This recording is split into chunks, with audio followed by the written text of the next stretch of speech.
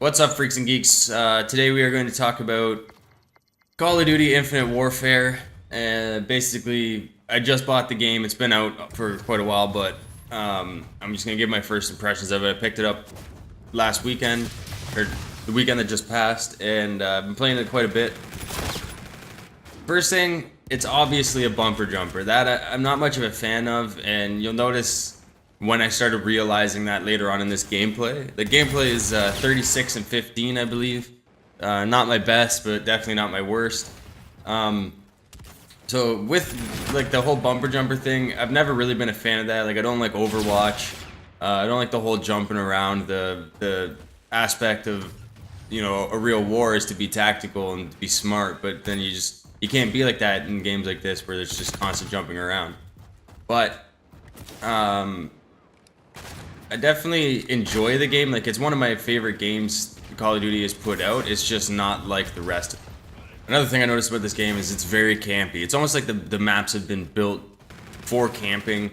Like, there's too many corners and too many tiny little spots and hiding spots, and it's just like you can see in this gameplay that most of my deaths come from a guy sitting in the corner, kind of hiding out with the sniper rifle, the 2-round burst sniper, and I get mad when I get killed by a camper because they basically put no effort into the kill, and it doesn't seem like it's fun for anybody. But I also enjoy it because like that's an aspect of Call of Duty. That's been an aspect of first-person shooter games since the dawn of first-person shooter games, right? So you just kind of got to get used to it. It's still a bit annoying, but regardless of that, it doesn't matter. This game's forced me to like change my entire gaming style when it came to first-person shooters. You know, I used to be straight up tactical, you know, gun pulled up before every corner, moving slow, making sure everything was like perfect and on point. But with this game and like other Call of Duties, like the recent three, I guess, including this one, it's been like a lot more fast-paced, and it's kind of forced me to change my whole play style, which I'm not really comfortable with it yet. I don't like the sprinting constantly and the sliding and the jumping and the boosting. It's just kind of frustrating. I only think it's frustrating because it's something I'm not used to. I'm used to playing Battlefield and original Call of Duties, obviously, so it's a little bit slower paced. You know, the play style and the mindset of the players were a lot different back then. But it's definitely a good thing. Like my favorite thing in the world is to be taken out of my comfort zone and to learn how to cope and deal with it and make a major change. So I enjoy this game because the movement is smooth. It's not like the boost is super fast when you're in the air. It's kind of like a gradual lift. Whereas in Ghost, it was like, or not Ghost, Advanced Warfare, it was like super fast. You could basically exit any gunfight you wanted just by double tapping A. It's not really the case in this game. You don't really move as far. You can't change your direction as easy. It definitely makes like the gunfights, face-to-face gunfights, long-distance gunfights, any gunfight, it makes it a lot more interesting, and it makes it force you to use more skill and to train and to get better.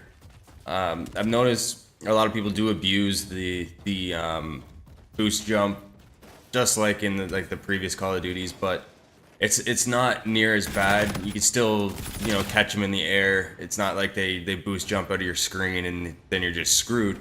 And on the other half, I noticed that not very many people are taking advantage of it. Like in this gameplay, you'll notice that most of the people that are playing on the opposite team, they're just running around on the ground. They're not wall running. They're not double tapping to get out of the way of my gunfire. It's just there's two different spectrums of the game, and I think you need to find a comfortable medium in between them to get good. The main thing I wish they would do in like the next update to come out is to definitely make it so that when you like your lie down time is a lot faster. I've noticed that I've lost a lot of gunfights because I've spent too much time holding down the button to try and get my guy to lie down, and all he does is crouch.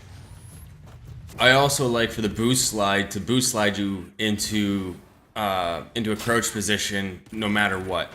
I've noticed that if you push forward while you're boost sliding and you're holding forward after the slide comes out, you stand right up. And I like to boost slide in behind things, boost slide up to like cover and stuff like that, just because it's easier to get to the position. You're less likely to be shot when you're sliding. But all in all, it's a pretty good game. I enjoy it. It's a lot of fun. You know, I've met some people that definitely make it worthwhile. I was playing with a guy earlier who actually ended up being on the opposite team in this game and rage quit because his team was actually doing so horribly. And now that I've said all that, let's talk about the maps.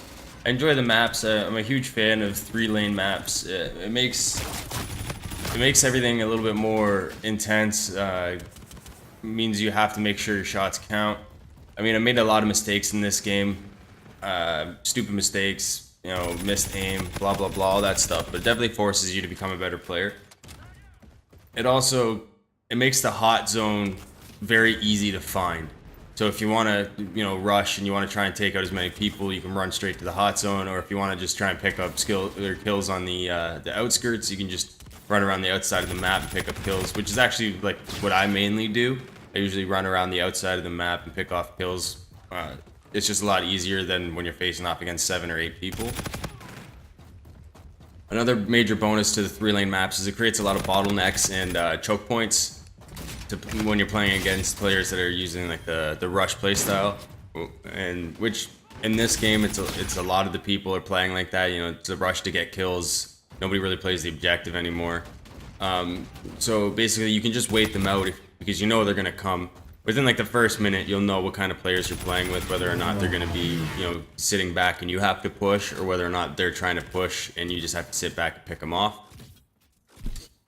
Okay, let's talk about guns. Most of the guns in this game are pretty well rounded. They're very well balanced. Basically, you just pick a gun to suit your situation. Like, you've got a lot of long lines of sight. Definitely use an assault rifle or a sniper rifle. I mean, if it's close quarters and you're basically running into a player every 20 seconds, like Genesis, definitely use a submachine gun or a shotgun. I like the LMGs, but I don't really use them as much. They're kind of too bulky and too slow. The major downfall, and a few people have touched on this, it's the hitbox, especially on the Synaptic rig. I've noticed that headshots on him don't really register. You basically have to shoot him in the neck or the lower jaw to get a headshot on them. I've also noticed that the hitbox on the arms are very small. The hitbox on the lower waist is very small. I haven't seen anybody test it yet. I don't know the damage schematics for the game, but basically that's just the biggest downfall. I've missed out on a lot of kills for that just alone. But overall, the time to kill is very quick, which makes for a very crappy thing and a very good thing. When you're coming up against somebody, you can kill them really quick, but you can also die really fast. I like to use the K-Bar Bunker Buster, and that gun with the silencer seems to just melt everybody. But that brings us to the end of the video. If you liked it, definitely like, comment, and subscribe. And as always, stay beautiful.